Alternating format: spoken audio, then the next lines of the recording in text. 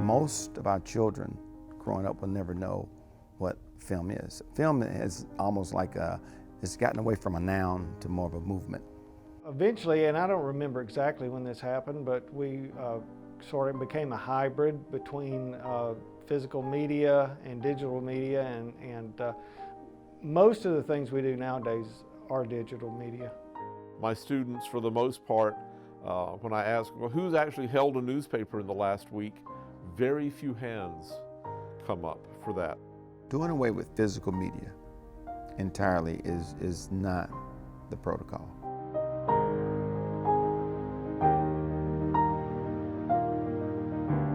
My name is Keith Thomas, and I'm the Director of Digital Media Support at Jacksonville State University. We get a lot of phone calls. People will want to know, well, I played in this game back in 19-something or another. Any way I can get a copy of it? Well, yeah, there is, because we have archives.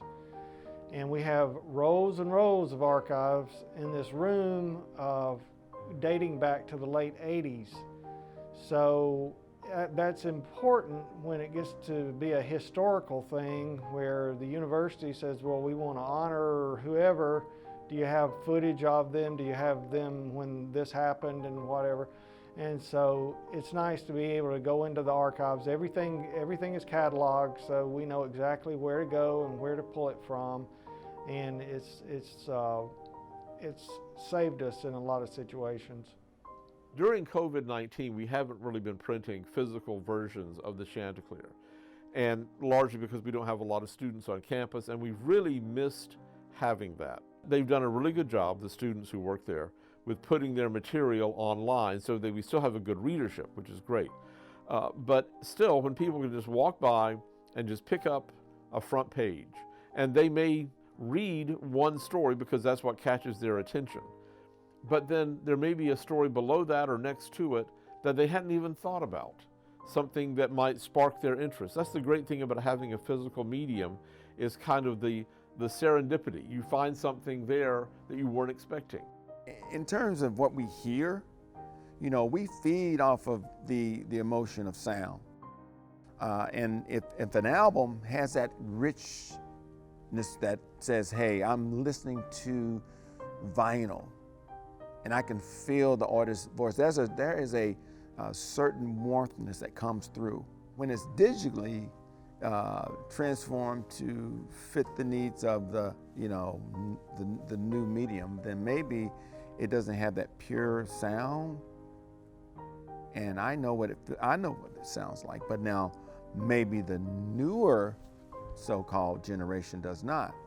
They're used to that pristine, every high note,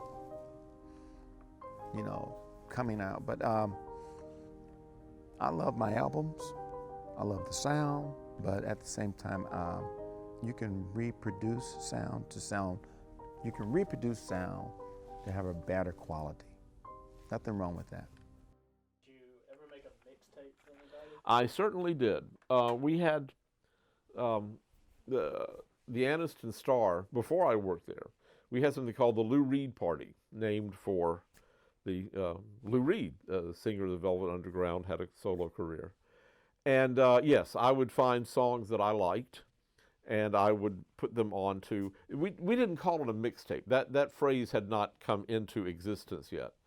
But yeah, I would have Talking Heads on there. I would have The Who. I would have lots of Beatles. Most people said, you're putting too much Beatles in there, and I said there is no such thing as too much Beatles. So sorry about that.